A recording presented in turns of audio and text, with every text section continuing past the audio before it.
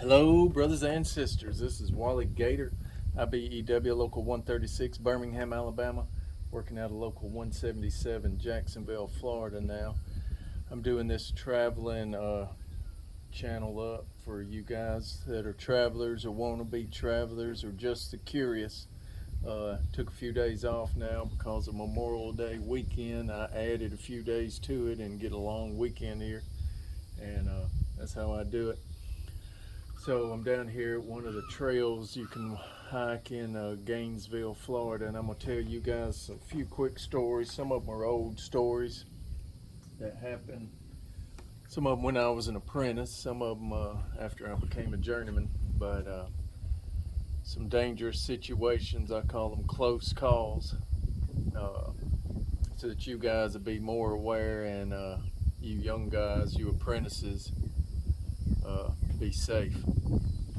So the first story is we were working on this crane in this big warehouse, and the crane was probably 30 foot tall, and we were up there, had a platform you could walk out it, and had some live bus bars that we had been cleaning because it was so dirty and dusty inside the warehouse.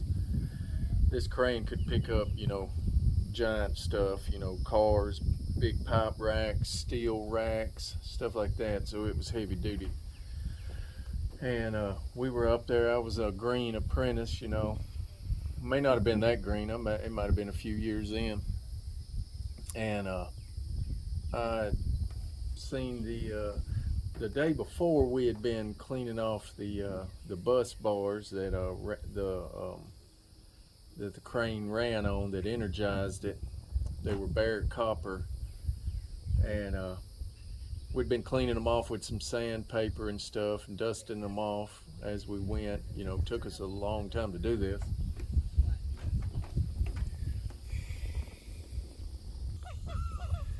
So while we were up there on the crane the second day, we had done finished cleaning off all the bar. I was up there, and my journeyman was doing something else, and I still had some of that sandpaper we were cleaning with, and I just grabbed it up and put it in my hand, cupped my hand where I could start sanding some more of that. Well, the journeyman grabbed me real quick as I reached for that bus, because it was no longer dead, it was hot. It was live. I was 30 feet up on a crane about to grab a hot live bus because I was bored and just wanted something to do. So that was a very close call. Thankful he was able to react the way he did and stop me from grabbing a hold of it, because it probably would have been bad.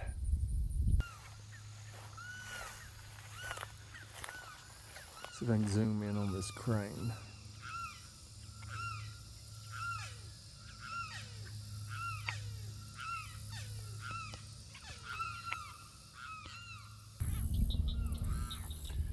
So can you imagine being 30 feet up and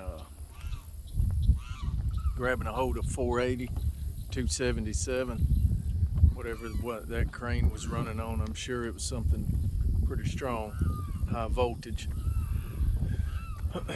So anyway, the other story is about me and a journeyman. We were walking and talking in amongst this powerhouse, and I was walking and talking like I'm doing now, rambling I guess, and not paying attention, and we stepped out behind this building, and this big giant dump truck come flying by just inches away from running over me, because I was so caught up in my story that I wasn't paying attention. So that was another close call. If he hadn't grabbed me, or if he had been looking the other way or whatever, that one would have been bad, because I was just mere inches from getting run over, and he saved me. So that's two close calls. And this third story I'm going to tell you is just anytime somebody says there's no way that can be hot, don't trust them. Don't trust anybody. Don't trust me, I tell the apprentices. If I tell you it's dead, you still double check it. Here comes an alligator, so I'm gonna film this alligator real quick.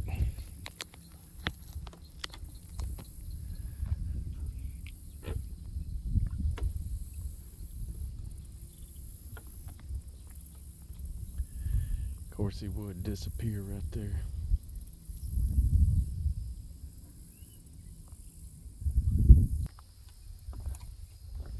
Alright, I never got the gator again. He submerged and never came back up. So anyway, yeah, can you imagine the dump truck running over somebody? Now these dump trucks are bigger than the normal dump trucks. These things are huge, so it's hard for them to see, and if you're not paying attention, they can run right over you in your truck. But so anyway, the third story is about everything can become energized. Let me film this bird here. So whenever anybody says it's dead, go ahead and test it yourself with your own tester.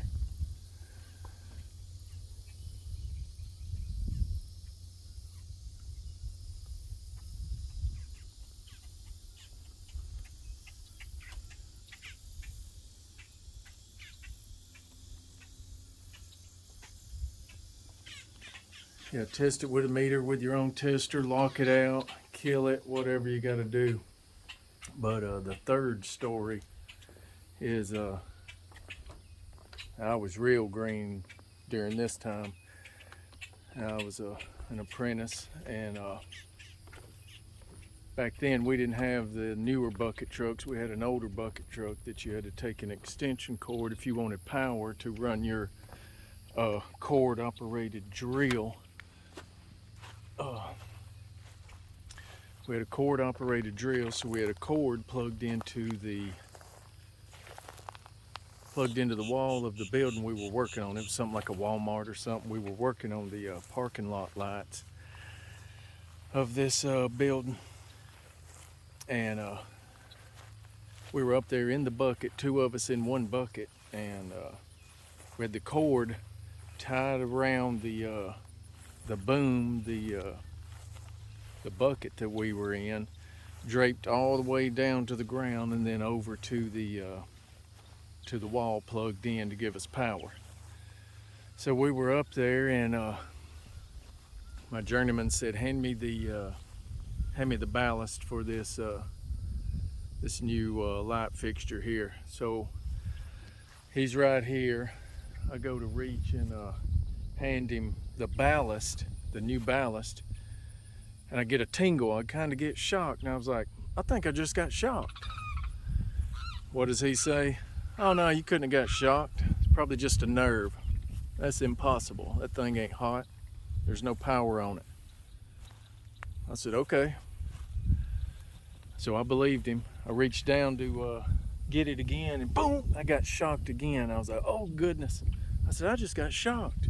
He said, you can't be getting shocked. That's impossible. This ballast ain't been hooked up yet, and there's no power on it. Okay.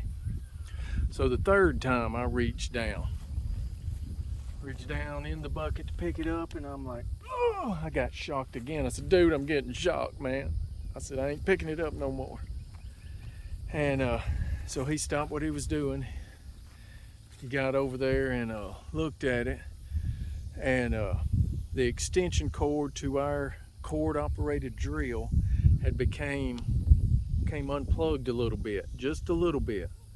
It was unplugged just a little bit, and the safety wire that holds that ballast and into the frame and keeps it all from falling out of the fixture if something was to happen, that little metal cord or wire, that little metal wire, the safety holder, had fell across the hot in the extension cord and was sitting there making that whole little frame of that ballast and the ballast hot. 110 volts on it, 120. So he was like, I've never seen that before. I was like, yeah, you never felt it before either. I felt it 3 times. Unbelievable. So after that, anytime somebody tells me oh, that's impossible, it can't be hot, I tell them, check it anyway, because anything can become energized. Even the frame of a ballast up in a bucket, at any point, anything can happen. Things happen. Safety is beefed up over the years and stuff like that. Of course, the bucket trucks, now they got a plug up there on them, and you don't have to plug in and drape a cord across the parking lot. So it's became much safer, but still things can happen. Just not long ago, one more story. A guy was holding a piece of conduit in this little room with energized parts. Well, one of the bus duct ends wasn't on, and it looked like it'd be impossible to get up there into it. He turns around awkwardly with a piece of 1/2-inch EMT in his hand and had his gloves on, luckily, and bam, hits a piece of the energized bus duct, because that part wasn't in yet because it was on back order. So didn't burn nothing up. I mean, it sparked and arced and, you know, scared him to death. Could have been worse. But who would have thought even a piece of conduit could end up getting him if it had got him? You know what I'm saying? So be careful out there, you young apprentices.